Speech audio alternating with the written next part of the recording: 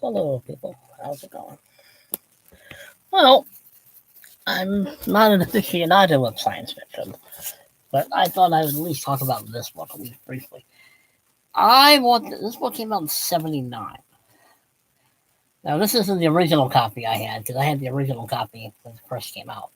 It took me a while to find this book on thrift books, but this book is very cool. I mean, it is. Also, that's the back of the book, by the way. But I mean, basically, it is exactly what it says. It's an encyclopedia of the history of sci-fi.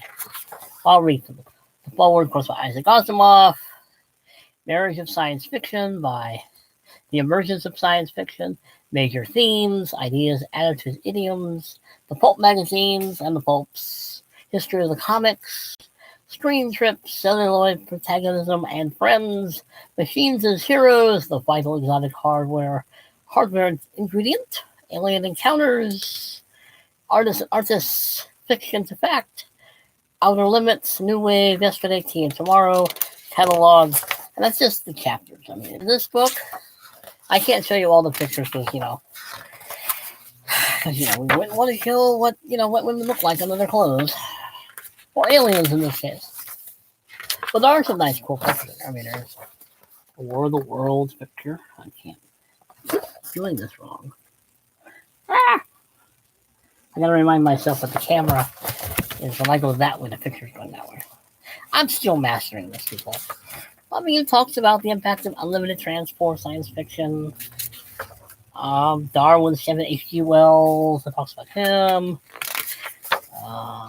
Integrating the themes, threat of global war kind of things into science fiction. Edgar Allan Poe, of course. Nature themes. Try to find some decent pictures to show. Let's see. I mean, it literally is an encyclopedia, as it says. I mean, it talks about authors, ideas, where the science fiction ideas came from, their beginnings, their impact on literature, on writing. Let's see. Major themes, on the comics, the pulp magazines. Trying to find. No, this should be an okay picture to show. Sorry. I really have to figure out how to do that. I mean, in the back it has, magazine lists of magazines that were out there, how long they lasted. I mean, those were all the magazines that were out there at one point or another. I don't know if you can see that or not, but in other words, this book is a great resource for sci-fi history, sci-fi personalities, sci-fi themes, plots, ideas. Let's see this. There were a lot of magazines, and worldwide too. UK, Argentina, Austria, Denmark, Brazil. These are all the magazines that are out there for science fiction worldwide. I mean, this book was cool. I liked this book. I liked a lot of the pictures. There was about different films of science fiction. Featured 20,000 Fathoms. Yay! Beneath Planet of the Apes. Creature from the Black Lagoon. I don't know if that would be science fiction, though. I mean, I know it's here, but is that really science fiction? I guess it would be, sort of, I guess. But, Future World was a terrible movie. Godzilla, of course, is here, so I guess it's... Well, see, the problem with science fiction and horror stories is there was always that element of science. I mean, about giant ants because of atomic radiation. And, let's see what else. Night of the Lepus, well, I don't think Night of the Lepus should be here on science fiction. I'm sorry, but whatever. Planet of the Apes, of course, should be. Conventions. I think they still have to. Let's see. Trying to find some decent pictures that I can show on the camera. I mean, at least I can get it in the frame. I mean, this book is cool. I mean, if you are into science fiction, if you're into writing science fiction, if you just simply like reading science fiction, and you like to understand the genres and where they came from and why they are, the different authors like Asimov and Bradbury and Harry Harrison and Richard Matheson. I'm gonna say Richard Matheson anyway. I don't think he's actually in here, but I'm putting him in there. Edgar Allan Poe, H.G. Wells, Jules Verne, and I can't show that picture because that would just drive you too crazy. No, let's just say that he's wearing a bikini. Well, YouTube acts, you can't do that, so you might be shocked why the women actually have breasts. And what goes on behind that? Some other interesting sci-fi pictures. The artist, this also a page of artists who just draw science fiction pictures. You know, like, let's see if I can find something interesting with artists. Talk about the 1960s and 50s American British artists. As I said, this book literally is everything you've ever wanted to know about science fiction's beginning up to 1979. So this does, I believe, the last film it mentions is Aliens. Let's check. I believe it ends. Let's see. I think it's Aliens. Well, this doesn't go in order, so it does talk about War of the Worlds, Westworld. Let's see what does have it on. That would at least tell me when this book. Well, it doesn't mention Aliens, so obviously this book was published before Aliens came out. I mean, let's see. I mean, it does talk about a lot of interesting movies. I mean, I don't know if Clockwork Orange belongs in here, but it is science fiction because it's the future, I guess. Science fiction has always baffled me at some points. Is when is it science fiction? When is it fantasy? When is it horror? When is it terror? Because Beast from 20,000 Fathoms isn't about a creature created by science. It was always there. It was just frozen solid. So it kind of makes you kind of wonder if that's really a science fiction story. But why not? It is. It has science elements, I suppose, in it. You have Star Wars, picture of Star Wars. Close Encounters of the Third Kind. Talks about radio and televisions of science on the screen. There's Clockwork Orange. I could probably show you that figure. Well, I probably could.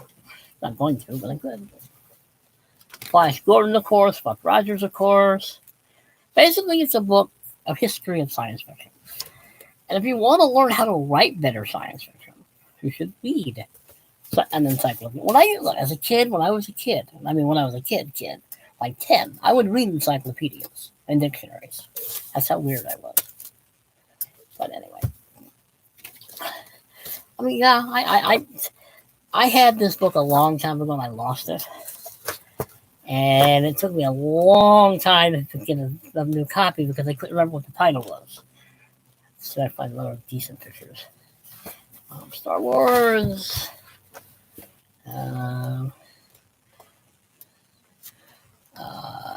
Or Outer Limits kind of stuff. Twilight Zone kind of stuff. Science fiction analog stories. Fiction to fact kind of stories, which is what science fiction pretty much is. But I think Asimov said it. Eventually, what we write as science fiction becomes fact. Fact or fiction, science fiction writers do not consciously function as oracles for science and technology. Inevitably, when an important part of their subject matter is speculation on future trends, they will be right sometimes, but the future may be well prove them correct. It will certainly be no surprise to many already predicting from the 40s to the 50s have proven true. By Patrick Moore. Trying to find some decent pictures. I mean, there are some nice pictures. They're just not. They're just sort of just. I'm trying to find stuff that says something. There's some other books. Sounding Tales. Nothing's over there is happening. Or it's just the robot holding somebody. That's let's see. Sounding Tales. I mean, okay. Anyway,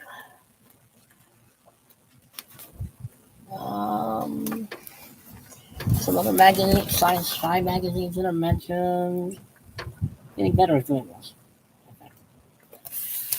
As I said, if you like science fiction, if you, I don't know, it is windy today, and I don't mean windy. Yes, my Doctor Who cup. Those are sonic screwdrivers.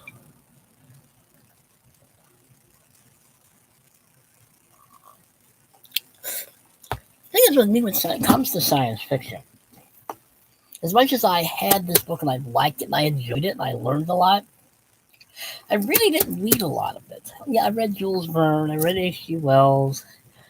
It took me a while to like authors such as Arthur C. Clarke and Asimov and Bradbury. It took me a while to get to Harry Harrison. Harry Harrison is Stainless Steel, which I will do a video on.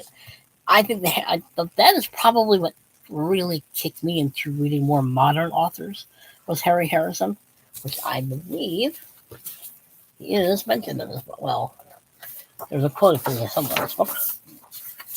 I mean, Alan Dean Foster, I think I started reading when I realized that a lot of the movies were tie-ins with books, and I would read the book first. Like Aliens and Clash of the Titans and Outland and One from the Mind's Eye, which is a Star Wars novel. Let's see. 86. 86.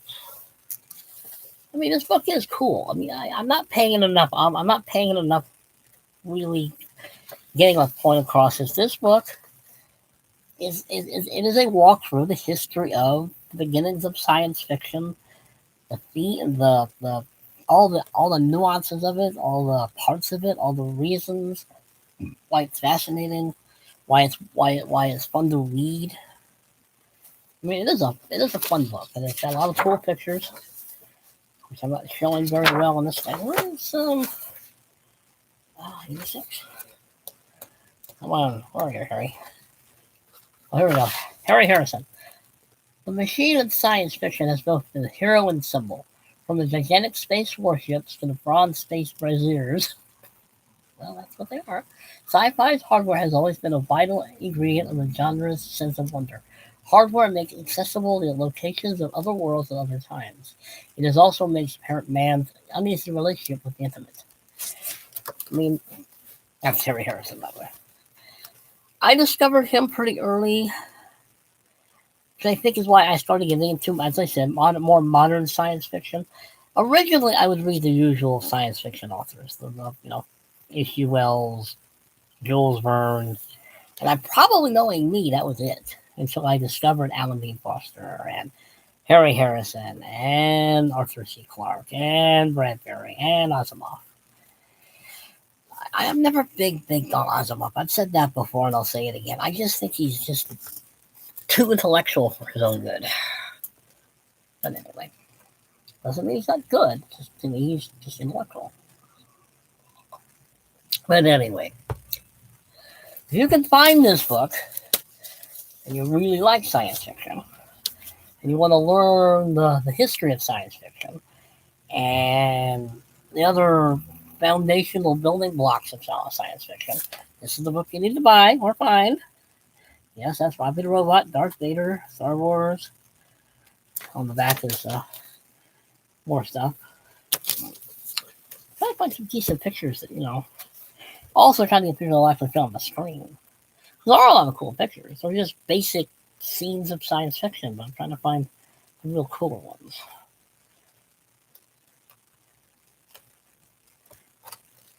Let's see. I mean, it's a fascinating genre of writing. I mean, I've written a few sci-fi stories. They're probably not very good, because when it comes to science fiction, it takes a particular mindset to write science fiction, I think. One, you have to have a scientific mindset, I think. And you got to be able to really create it into a world that actually exists. And that's the hard part of science fiction for me, anyway. I enjoy it when I have tried it, when I've attempted it. I mean, I am trying to get one done that I wrote a few years ago. I'm trying to rewrite it. But it's an interesting picture. There we go. Let's Let's see. Whilst the mad militarists wage a war, a more pregnant and more searching cultural conflict has featured in the sci-fi many years. A religious conflict, a god for all creatures, or merely a god for man. In Harry Harrison's Street of Ascalon, again Harry, here illustrated by Jim Burns, the aliens converted to Christianity by the space missionaries.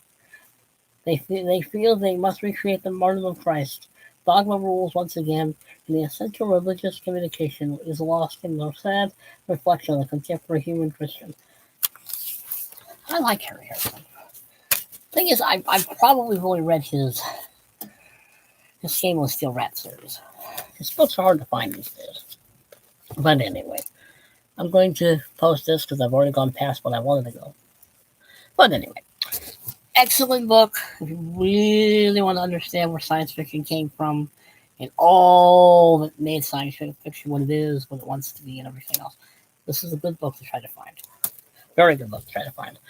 And if you know anybody else who would like science fiction or write science fiction, recommend it to them, comment to them, share it with them on via YouTube. That would be appreciative. So thank you people for watching. Again, behave yourselves, because I'm not going to. I don't know how. Later.